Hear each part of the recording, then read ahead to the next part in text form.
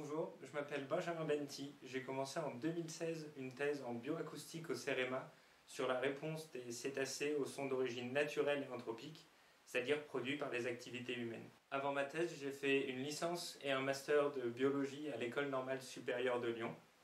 Au cours de ce cursus, j'ai été amené à collaborer avec le CEREMA pour leur expertise bioacoustique et c'est ce qui m'a amené à le rejoindre ensuite pour ma thèse. Ma thèse est encadrée par Charlotte Curé de l'UMR d'acoustique environnementale, dont le CEREMA fait partie, par Patrick Miller de l'Université de St Andrews en Écosse et par Valérie Dufour de l'Université de Strasbourg.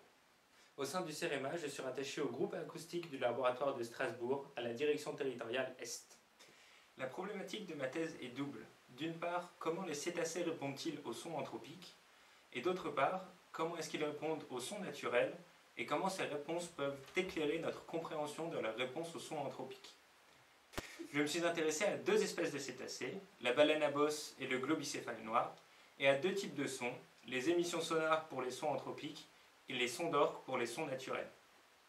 Pour répondre à mes problématiques, il a fallu exposer des cétacés en milieu naturel à des sonars et à des sons d'orques et suivre leur comportement.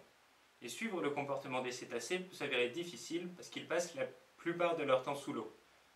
J'ai utilisé des observations visuelles depuis la surface et des balises multicapteurs accrochées temporairement aux animaux avec des ventouses afin de suivre leur comportement.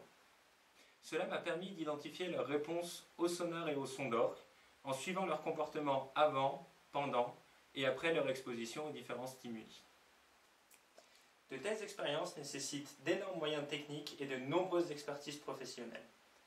Les campagnes de terrain durent plusieurs semaines à bord d'un navire de recherche, le prix des balises est élevé, et le déploiement des balises sur les animaux et la diffusion des sons nécessitent une grande expertise.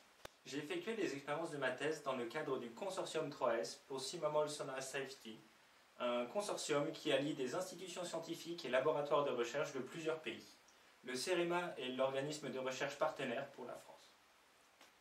Je vous donne rendez-vous le 6 décembre 2019 pour le séminaire Ma thèse au CEREMA, au cours duquel je présenterai mes travaux de recherche et répondrai à toutes vos interrogations.